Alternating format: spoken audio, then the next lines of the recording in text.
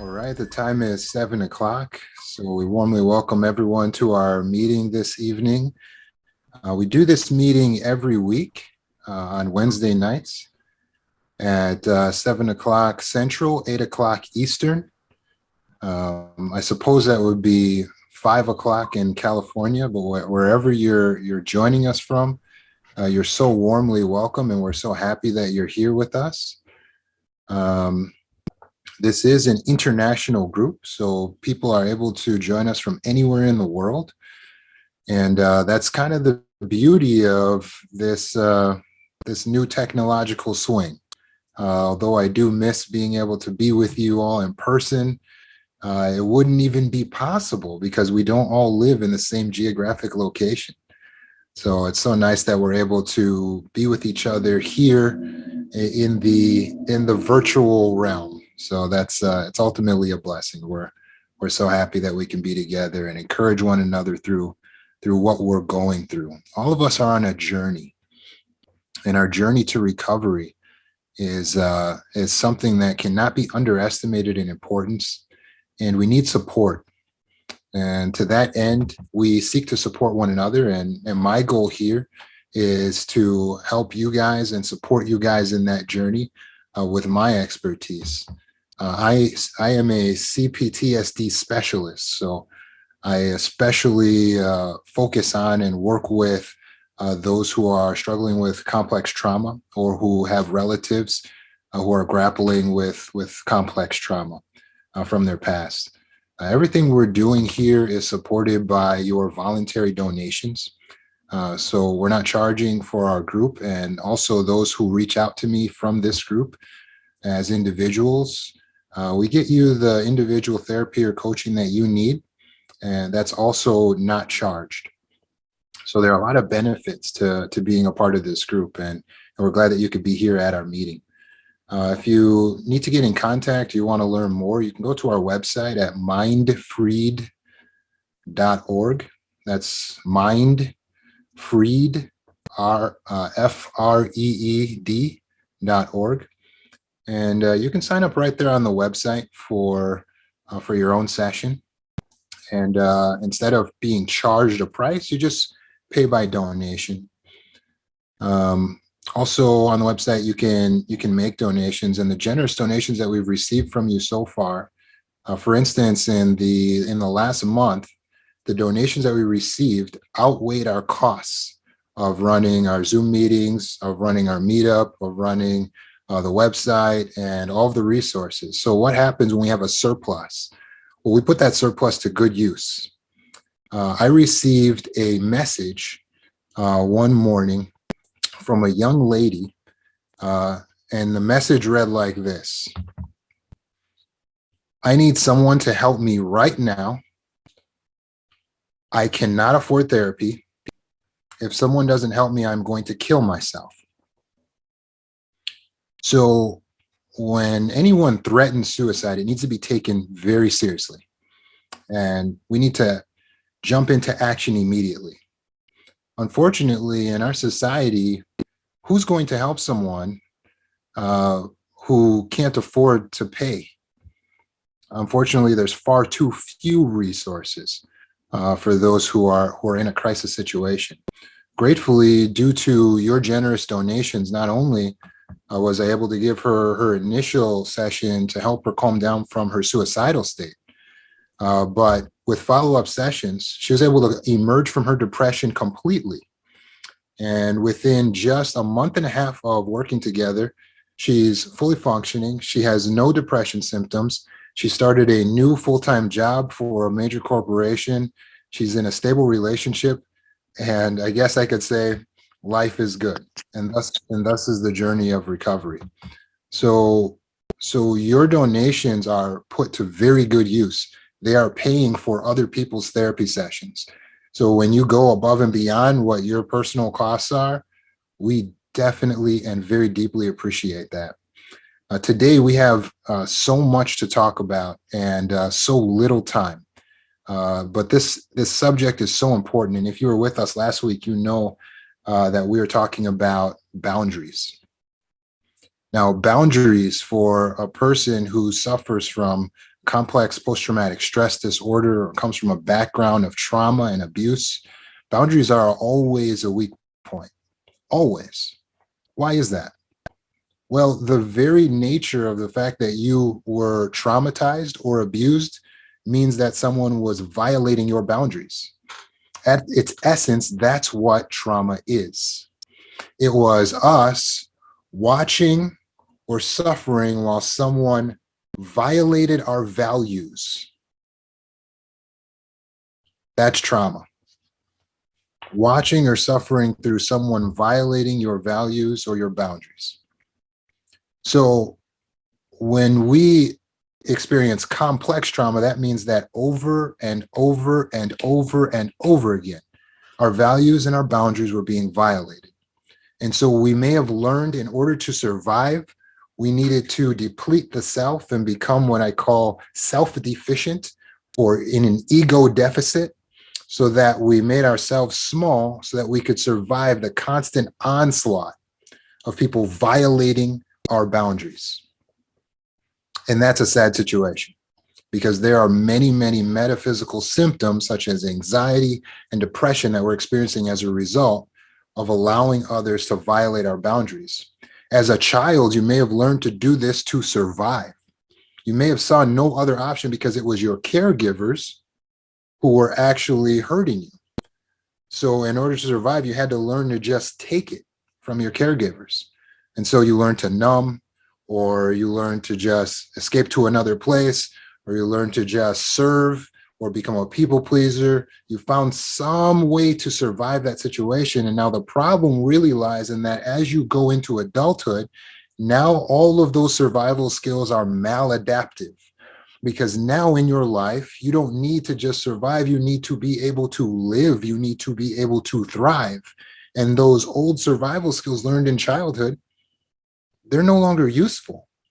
So for instance, if you allowed your parents to violate your boundaries, so you had a weak sense of boundaries, what happens to you when you get out into the real world as an adult?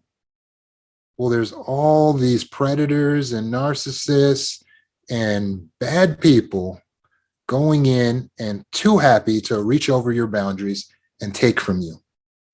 So as we learned last week, we should view ourselves as a sovereign state.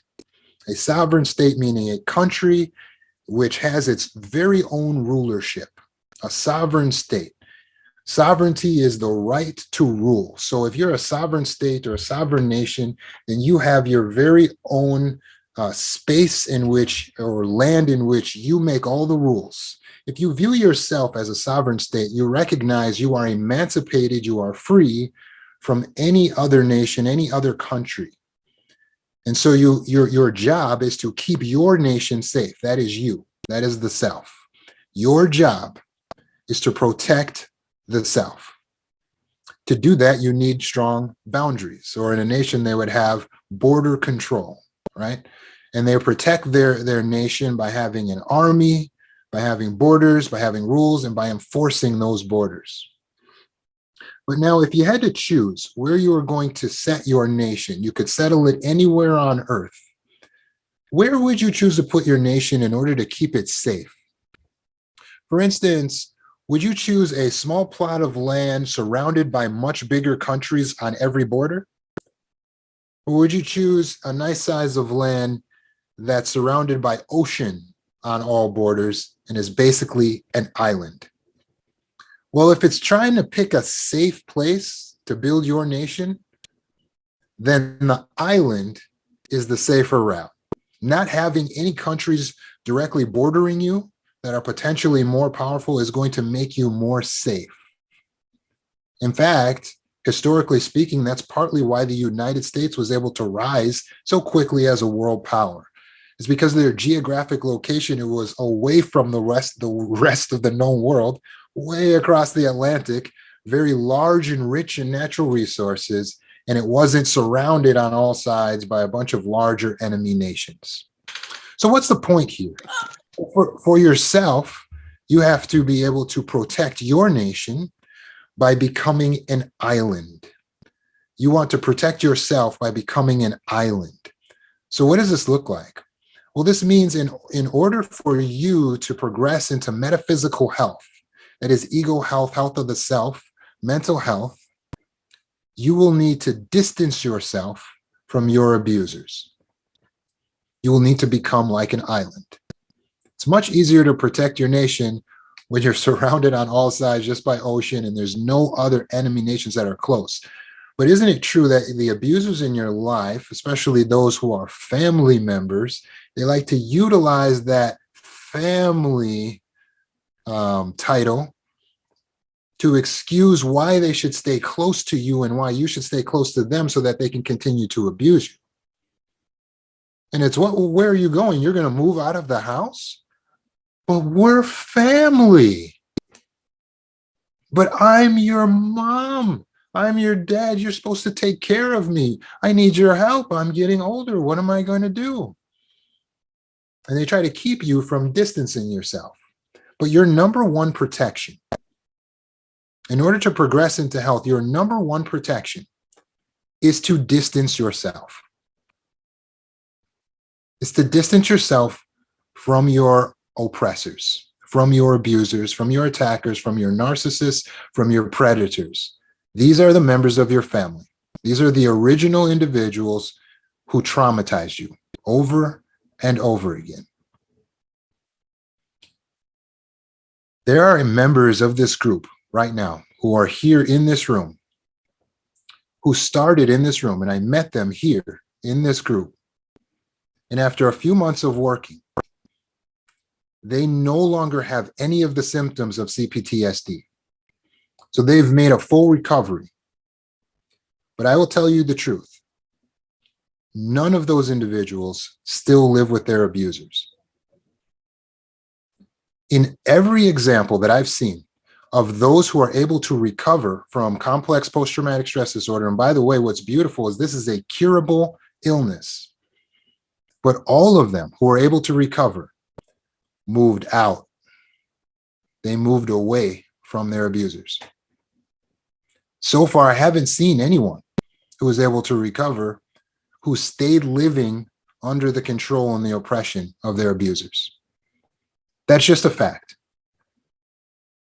And so I'm here to equip you today with what you need in order to stay safe, because like it or not, your nation is at war. It's not because you picked the fight, because you didn't, but it's because you live among terrorists. You live among enemies who want to come in and plunder your natural resources. What are our natural resources? Well, it's our time, it's our money, it's our energy, it's our attention. The predators and the narcissists, the egocentric family members want to come in and plunder our natural resources. Their desire is to get as much for themselves as they can, and they do not care about your metaphysical health. They do not care about your emotional health. They do not care about your spiritual health. They do not care how you are feeling mentally. In fact, it works to their advantage if you get sick, because then they can utilize that sickness against you. They will weaponize your illness. So you tell them, you know what, I'm feeling depressed. You know what, I'm feeling anxious. You know what, I feel like I need to go to a mental hospital. I feel like I need medication. And they will say, boy, you are just a disappointment. That's why you can't move out. That's why you can't take care of yourself. Too bad for you. Too bad. I don't know what is wrong with you. They take no responsibility for the fact that actually you are just traumatized. They take no responsibility. They weaponize your illness against you. So they actually don't mind if you become ill. That's why you need to protect yourself. You need to rise up of the ruler of your own sovereign nation and say, no more, and distance yourself. So when we can't just walk away, when we can't just run away, sometimes we got to use our words. So what do we say? Right? If you got the abusive family members and all these predators, egocentric people around you, what do you say when they come to you? Right? Because some of us are afraid to speak up because we're afraid we'll be unliked. Some are afraid to speak up because we're afraid people aren't going to love us. They're going to leave us. They're going to hate us. They're going to gaslight us. They're going to trick us. They're going to twist us up on our words. They're going to make us feel stupid. We have all these fears about what will happen because we've been trained, we've been traumatized from the beginning that if we speak up, we're going to get hit back down and it's going to hurt. So it's better just to keep all of your feelings to yourself. But if you bottle your feelings up, as you've learned and why you're here today, you become sick. So in order to protect ourselves, we need to utilize our voice and speak up and enforce our boundaries. And that's what our lesson today is about, is how to enforce your boundaries. In order to enforce your boundaries, the number one tactic is to create distance. But when you can't create distance and you're in a one-on-one, face-to-face battle with someone, and they come to you and they say, daughter, can I borrow $135? I need it. It's because it's some problem with my pension. It's not coming in and I need the money. And they're violating your boundaries. They walk in your room without asking. Oh, come on, here, try this dress on. Just get undressed right here. What are you talking about? I'm your mom. They're violating your boundaries. When you're in this situation, what do you say? How can you stand up for yourself? How can you protect yourself? Well, if you're taking notes, I'm going to give you a pattern that you can use. It's like a 3-step pattern of how you can speak up for yourself, even though you're not used to having to face confrontation, and it can be very scary. So step number 1, you can pause. Pausing is stalling. So when somebody asks you for something that you don't want to give, or you don't even know if you want to give it, what you want to do is just pause. Don't answer the question right away. You can scratch your head. You can look down at the floor. You can stay silent. You can stare at them. You can look at your nails, but you're going to pause. And what does pausing do? Well, sometimes people are asking for things, but they're not actually abusive. They just were asking because they're used to you always doing everything all the time, so they thought they would ask. When you pause, a non-abusive person hears their requests reflect back at them. And they say, oh, wow, you know what? I feel kind of bad that I'm asking this. And they start actually thinking. Your silence allows them to think and them to realize, boy, maybe I'm violating some boundaries here. And it allows them to withdraw their request. That's the brilliance of pausing. Just wait. And it allows them to withdraw their request. Give it time. And a non-abusive person will say to you, I understand if you don't want to borrow me the money right now. I feel kind of bad for asking. Like I didn't mean to. You know what? It's up to you. It's whatever you. And they backpedal, and they're out, and they're done. And just like that, you've escaped the violation of your boundaries by utilizing this tactic. It's groundbreaking. You have to get away from your tendency, your default of saying yes. Every time someone asks you for something, hey, Sandra, do you do that? Yes, sure. Okay, no problem. Hey, what do you guys need? And you're going to run around, you're going to people please, and you're going to serve everyone. No more. That's basically being a nation with no boundaries, no bars, no gates, no doors, wide open. Hey, we don't even have an army here, and just a big sign outside that says, hey, come on in, natural resources here for everyone. Come and plunder us. You can take everything from us. We can't do that anymore. As a being, you have limited time, limited energy. You have limited attention. There's only so much that we all have. And if you utilize all of your time and your attention on other people, you have nothing left for yourself and for what's important for you. And you will plummet into poor mental health. And this is a life or death situation because you can die from anxiety. We have members, even in this group, that's anxiety got so bad, they blacked out or they shut down or they passed out and hit their head.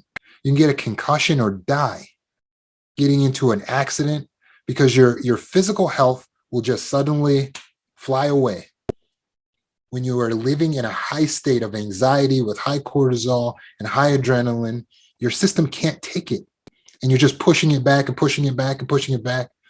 Your body will eventually fight back at you. And it could happen at a very bad time. This is a life or death scenario. If you allow yourself to plummet into depression, what comes next is suicidal ideation. This is a life or death situation. So you have to protect yourself. You have to protect your time, your natural resources. So to that end, instead of defaulting to yes, in order to protect yourself, you must default to no. Yes, that means every single time someone who has a history of abusing or using or neglecting or taking too much, every time that predator comes to you, that egocentric mom or dad comes to you and they ask you for anything, I don't care what it is, you say no. Unless they're asking for oxygen. Oxygen is the only thing you can't make it 10 minutes without oxygen, then you die. There's nothing else that's that serious. I know they make it seem like it's that serious, but there's nothing else that's that serious. So if they're not asking for oxygen, default to no. After you've said no, you can go and think about it and come back and say yes. But you need to have time to think because you are conditioned to always allow people to violate your boundaries. Because you're traumatized, you don't have the powers of perception to quickly discern if what someone is asking you is too much or not. So you need to just say no every time. Then go think. Then you can come back and say, you know what? I don't mind taking you to the airport today. That's not a problem at all. I'll take you. But just say no. You can come back and say yes later. The problem is when you say yes, you're trapped. Does that make sense? That's why that doesn't work. You can't say yes and then go back because what you're doing now is saying, sure, I'll take you to the airport. Oh, and you go to your room. Oh, I'm so mad. I always have to do this. Oh, you got all this anger, but you're not showing the anger or doing anything good with the anger. You're just bottling it up inside. And then you wonder why later on you explode and your emotions are all over the place. So default to no. As soon as they ask you, first step is to pause. After pausing, what's the next thing you can do? Well, we're going to need to stall further by asking questions. Asking questions is a great way to allow either an abusive or a non-abusive person to really recognize that this isn't going to come easy for them, right? So if you want to move into the United States, for instance, do you think you just show up one day at border control and say, hey, yeah, I want to move here, so just let me in? No, they're going to ask you all types of questions. In fact, every nation has this, a huge questionnaire. They have tests, they have visas you have to apply for, and money you have to pay before you get to move into the country. So don't allow someone to violate your borders so easily. Question them. Why do you need money again? You don't have anyone else to take you to the airport? Hey, how come? Why? What? They're not going to like it. They're going to hate that you're asking so many questions. But you know what they might do? They might back off. They might recognize that this isn't as easy as they thought it was going to be. So it's like, forget it. If I'm not going to just get what I want right away, then this isn't worth it. And they back off. So this is a great way of defending your borders. So far you got pausing. So you're going to stall and stall. And then when that doesn't work, you're going to stall further by asking questions. So what is it you want me to do exactly? Oh, how long is it going to take? The questions are good for you too, because they help you to make a better decision, right? So once you've exhausted your questions and you've already paused and the person is still pushing further and they're pushing further, then you're going to have to use your words. One particular word, no. As I think it was Anissa the other week, she said, no is a complete sentence. So when they ask you, well, how come? Well, why not? Well, you said, well, last time you did the such and such and the so and so, and they start going at you and attacking and demanding a response. They demand that you explain to them why it is you have had the gall to say no to their request. Then you just say, I don't know. Or let me think about it. Those are the only three responses that you will give. No, I don't know. Let me think about it. You can repeat no multiple times. You can repeat I don't know multiple times. You can repeat let me think about it multiple times, but you will never leave this pattern. You will never say yes until you have had the time to sit down and really think, to meditate, to pray, to look deep inside yourself and see if you really want to do this or not. Because the only reason you should be doing acts of service for your family and friends is out of a heart of love, not out of obligation. You shouldn't be doing acts of service for your family and friends purely because you feel afraid. It should not come from a place of fear. It should come from a place of love. And you don't know where it's coming from because you haven't practiced. So you need time to think. And so the answer to, well, can I use your car is, let me think about it. Well, you said I could blah blah blah at any time, blah, blah, blah, blah, blah, and I helped you with the payment. And I don't know. Well, why? What is the problem? Like, what good reason do you have? I don't know. You don't know? You have nothing. You have no reason for me. You have nothing for me. Let me think about it. They're going to give up. No? Let me think about it. I don't know. Make sure you have this written down. You're going to have to practice in the mirror, right? Because they're going to come with every different angle. I know you're thinking Roman, but you don't know my family. My family, they're not easy. You don't understand. Look, this is the holding pattern. It's tried and tested. No, I don't know. Let me think about it. No, it's a pattern. You can't get out of this frame. This is the only three things you know how to say. You can pause. You can ask questions. But other than that, your answer is no, I don't know. It doesn't matter what they're asking for. Can you make dinner tonight? And you're thinking inside yourself, oh my God, I'm so nervous. I just want to say yes. I want to say yes. I want to say yes. Don't say yes. You need time to think. Doesn't matter what they're asking for. If it's not oxygen, you need time to think about it. And you're going to say, I don't know. Well, I need to know. Okay. Let me think about it. Does it make sense? Every single time they ask. So I know you're thinking, well, it gets really tough for me, Roman. Like, you don't understand how tough it is. I do understand. These are the tactics that your enemy is going to use on you. Tactic number one, guilt. They try to guilt you into doing what they want you to do.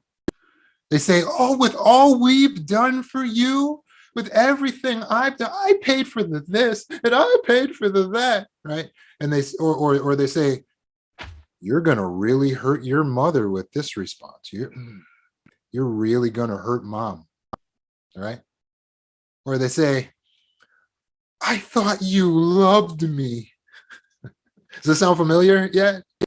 All right, these are guilt tactics, okay? The way to respond to all of these is to create distance. When they go with all the guilt, you know what, Jeremy? I haven't been eating very well ever since you said no to me. Create distance. Just, wow, just walk away. Create distance. If you live in the house of their abusers, move out of that house. You've been going too long prioritizing financial well-being over your mental well-being. I understand that it will come at a financial risk to you to move out and be on your own, but don't believe the manipulation, right? That you're not capable, you're not able, you're too sick, you're not smart enough to be able to pay rent every month by yourself.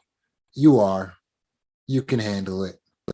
If you're working, you can pay rent. Everyone around the world is doing it. You're not the one person in the world who's incapable, as your parents would like to make you think. Move out. Don't allow them to guilt you. Use their other technique to tell you that culturally or as a family, women in our culture, they don't move out of the house unless they're married and they've got their own house and you don't have this. Don't let them use all of these mind games on you. This is fake. They're making up the rules, but you know what? You make the rules for your nation. You are a sovereign state. You decide, right? And yes, they're going to use the guilt on you. Another thing they use is accusations, right? Oh, you think you're better than us, don't you? Look at this guy. He thinks he's better than us. They're hoping that they're going to make you respond. But if you follow my steps, you will not respond except to create distance. And every time they do it, you just create more distance. Look at this guy. He thinks he's better than us. Wait, where are you going? They need to learn accusations and guilt. It don't work, right? You don't care about us, do you? You actually don't even care. I knew it. I knew you didn't really care. Just create distance. Why would you want to be close with someone who's toxic? You wouldn't be close with someone who's infected with COVID-19. So why would you be close with someone who's toxic to you metaphysically, who's bad for your mental health? Or they may use false logic, right? So they tell you, well, family is everything. Family is the most important thing. It's like, man, that makes a lot of sense. Jeez. It's false logic. They're taking something that could be true if the family were healthy and applying it to this unhealthy situation, basically just making you pull down your boundaries and your guards, right? Or your family may use manipulation. First, they cry tears, or they show anger, or they disrespect you. They get right in your face. They threaten you. How should you respond? You should create distance. You got to create distance. Or they may nag you and triangulate against you. You know what triangulating is? That's where they get the other family members involved. So now you're getting a call from your sister and you're like, why are you calling me? Your sister, I heard what you'd said to mom and dad. You told them no about something, right? Other people are now looking at you from the other parts of the family and they're all coming after you. And you're like, what is this? It's called triangulation. This is something manipulators do to in order to get you to do what they want. They get other people in on it and they tell their version of the story. And you don't have time for that. Create distance. They give you the silent treatment. They withhold from you. They may just completely stop talking to you, or they'll see you, but they'll just withhold emotionally from you. And they'll just pull back, make you feel so small, so worthless that hopefully you'll just come back begging again and do whatever they want you to do. But don't do that. Create distance. They might start love bombing. That's where they get super nice. They're giving you gifts. They're coming over. They're babysitting the kids. They're doing everything so that you're going to be like, man, these people are so nice. How could I have said no to them? But don't fall for it. Don't fall for it. They might create a crisis. You have to come over right now. You have to come over here and help your mom right now. Right?